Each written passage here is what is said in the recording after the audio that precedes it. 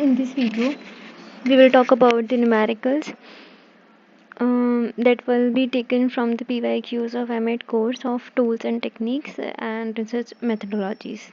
So in this video, I'll take two questions. PYQs ही हैं. Let's move to the first question. If bxy equals to 4 and byx equals to 0.16, then what is the correlation between the variables x and y? To calculate this correlation, first of all, I'll give some hint that the bxy is the aggregation coefficient and rxy is the correlation coefficient. So this formula is the relationship between the correlation coefficient and regression coefficient. This. Okay, so just put the value and get the answer in this question. आपको B x why they रखा है, B Y x दे रखा है, आपको value put करनी है और आपका आंसर आ जाएगा 0.8. Then move to the before move to the second question, there are some 4 steps जो कि आपको रिग्रेशन इक्वेशन फाइंड करने में हेल्प करेंगे जब आपको x और y की वैल्यूज़ गिवन है, लाइक फ्रीक्वेंसीज टेबल बनती है ना, वो गिवन है. तो सबसे पहले स्टेप 1 जो होता है रिग्रेशन इक्वेशंस को फाइंड करने के लिए, find sigma x and sigma y. So this sign is for the sigma and this sign is the summation. Summation like sum of the values of x square. x जितने भी होंगे उन सबका x square करेंगे, then उन सबका summation करेंगे, तब आपको x स्क्वायर आएगा. मैं भी टेबल से बता दूंगी, क्वेश्चन पूरा इसी के ऊपर होगा. these are all these steps. So sigma x का whole square equals to sigma summation x square upon n minus mean of x का होल स्क्वायर. सेम ऐसे ही y के लिए है. Then second step is find out the correlation between the x and y. Correlation find करने का formula ये है, अगर आपका कोई सेपरेट क्वेश्चन भी है कोरिलेशन कोएफिशिएंट फाइंड करने का, तब भी आप इस वाले फॉर्मूले को लगा सकते हैं. n number of sample size या नंबर जो भी आपको नंबर दिया होगा वहाँ पे x और y की जितनी वैल्यूज़ हैं वही n होता है, और सिग्मा x सिग्मा y आप इन फॉर्मूले से निकाल लेंगे और just put the value and you get the correlation coefficient of r x y. yes. Then step third, find the regression coefficient. अब रिग्रेशन इक्वेशंस को फाइंड करने के लिए रिग्रेशन कोफिशिएंट की नीड होती है, और रिग्रेशन कोफिशिएंट जो होता है वो दो वेरिएबल्स का दो अलग अलग होते हैं. Like if they we have X and Y, two variables, so B x Y and B Y X. दो इक्वेशन बनती है x on y and y on x. So this is why there are two values of regression coefficient. just b x y equals to correlation. ये r x y is the correlation जो अभी हमने last step 2 में निकाला था, और sigma x sigma Y हमने first step में निकाला ही था. सो इसमें भी बस वैल्यू पुट करनी है. Then fourth step is to find the equation. Equation दो होती हैं, x on y and y on x. So ये इक्वेशन का एक मतलब फॉर्मेट है, x minus x bar. x minus is again the mean of the x and b x y step third में हमने रिग्रेशन कोफिशिएंट फाइंड किया था. Bracket में again y minus Y bar again mean of y. Same as y on x के लिए y minus Y bar equals to B x Y bracket close bracket x minus x बार.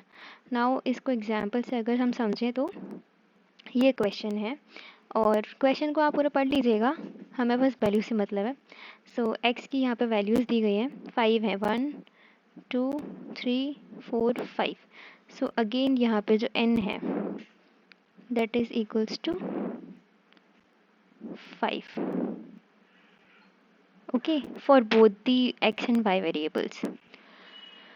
इस table को ही आगे extend करेंगे, देखिएगा ये this is the main point. अगर आपने ये कंप्लीट कर लिया ना, तो मानो कि आपका आधा से ज़्यादा क्वेश्चन सॉल्व है. आपको ये x एंड y की वैल्यूज़ दी हुई हैं. सो आपको क्या करना है, इनको इस तरीके से टेबल में लिख लेना, x एंड y. नाउ आप x का स्क्वायर कर सकते हैं, तो x का स्क्वायर करेंगे ये, और y का स्क्वायर करेंगे ये. देखिए 9 का स्क्वायर 81, 11 का 121.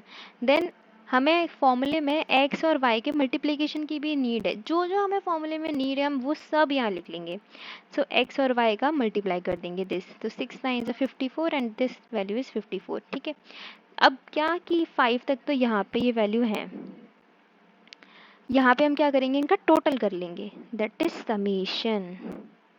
इस तरीके से लिखते हैं। ये पूरा n equals to 1 to i limit तक जाता है, बट नॉर्मली आपको पता है आपके पास 5 ही डिजिट है। जैसे इन सब का जो टोटल है वो क्या है 30, इन सब का जो टोटल है वो है 40, और एक्स स्क्वायर्स का समेशन है 220, देन वाई स्क्वायर का समेशन है 340, और एक्स वाई का समेशन है 214। अब इसे लिखेंगे कैसे, summation x and this is summation y, this is summation x square, and similarly this is summation x y square, and this is summation x y। Clear. Now आपके पास सारी values हैं, जितनी भी फॉर्मूलेज में लगने वाली हैं, ज़रूरत पड़ेगी, वो सारी वैल्यूज़ आपको यहाँ पे मिल चुकी हैं। सो जस्ट स्टेप 1 में हमें sigma x and sigma y निकालना था, तो सिग्मा समेशन एक्स स्क्वायर और एक्स बार। अब ये देखिए यहाँ पे आपके पास x की ये सारी वैल्यूज़ हैं, तो इनका टोटल ये है, और x बार का जो फॉर्मूला होता है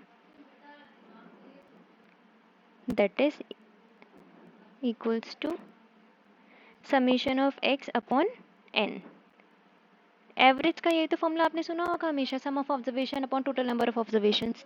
तो वही है, सम ऑफ ऑब्जर्वेशंस इन सब का एडिशन, और नंबर ऑफ ऑब्जर्वेशन 5 है।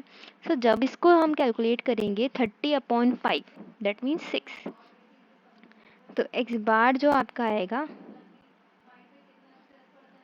वो क्या होगा 6, और y का टोटल सम हमारा है 40 और n है 5, तो y बार क्या होगा 40 upon equals to 40 upon 5 is 8। Clear. तो x बार और y बार भी पता चल गया। सो बस आपको इसमें वैल्यूज़ तो सारी पता ही हैं, x से समेशन एक्स स्क्वायर की पता है, x बार की पता है, बस वैल्यू पुट करेंगे और आंसर आ जाएगा आपका सिग्मा y और सिग्मा x और सिग्मा y आपके वैल्यूज़ जस्ट वैल्यूज़ फॉर्मूले से आ जाएंगे। स्टेप 2 में find the correlation coefficient between the x and y। अब again formula is this R x Y N, N यहाँ पे 5 है, सिग्मा समेशन एक्स वाई मैंने अभी आपको बताया था, लास्ट वाला कॉलम जो था टेबल का वो ये था, समेशन एक्स फर्स्ट वाला कॉलम थर्ड कॉलम था, और समेशन वाई जो था वो थर्ड कॉलम था, ये सेकंड कॉलम था। बस ये सारी वैल्यूज़ आपको पता है, आप एक बार टेबल को देखेंगे और इसको देखेंगे तो आपको सब मिल जाएगा। जब इस वैल्यूज़ को पुट करेंगे तो आपको मिल जाएगा correlation coefficient that is -0.9। It means there is a negative relation between the X and Y. Step third, अब हमें रिग्रेशन कोफिशिएंट निकालना है। हमने कोरिलेशन कोफिशिएंट निकाल लिया, then step third is regression coefficient. Regression coefficient ये फॉर्मूला है,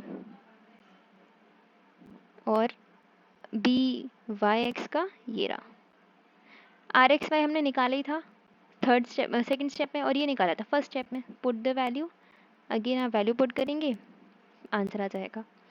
then step 4 में अब सब इक्वेशन जो होती है, इक्वेशन का फॉर्मूला मैंने आपको पहले भी बताया था, ये इक्वेशन का फॉर्मूला है x minus x bar is equals to B x y, then y minus Y bar, और y अपॉन एक्स के लिए करेंगे, y ऑन एक्स के लिए करेंगे तो y minus Y bar equals to B Y X bracket में x minus x bar. x और y यहाँ पे वेरिएबल है, x और y की वैल्यूज़ मत ढूंढने लगना कि कहाँ है कहाँ है कहाँ है, या उनमें से पांचों में से कोई भी एक पुट कर देंगे, नहीं, हमें इक्वेशन फाइंड करनी है, तो इक्वेशन में तो वेरिएबल्स होंगे ही ना। सो इक्वेशन में तो वेरिएबल होते ही हैं, तो यहाँ पे x और ये y ये वेरिएबल हैं, ये तो ऐसे ही रहेंगे, हमें कॉन्स्टेंट्स की वैल्यू पुट करनी है। सो जब आप बी एक्स वाई की और x बार और y बार की वैल्यू पुट कर देंगे आपको इक्वेशन मिल जाएगी। सेम यहाँ पे y ऑन x में भी जब आप वैल्यूज़ पुट करेंगे तो आपको इक्वेशन मिल जाएगी। आई होप ये सब आपको समझ में आ रहा होगा। अगर आपने वो पहले वाले स्टेप्स 4 देखेंगे तो आप एग्जाम्पल को इजीली समझ पाएंगे।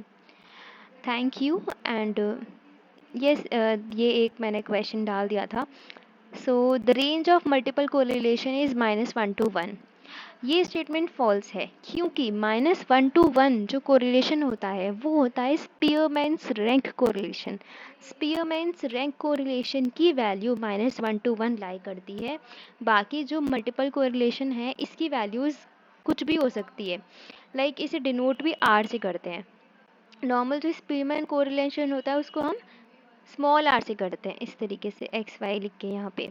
बट जो मल्टीपल कोरिलेशन है उसको हम कैपिटल आर से डिनोट करते हैं। और इसकी जो वैल्यू है वो -1 से 1 भी हो सकती है और इसके अलावा भी कुछ हो सकती है।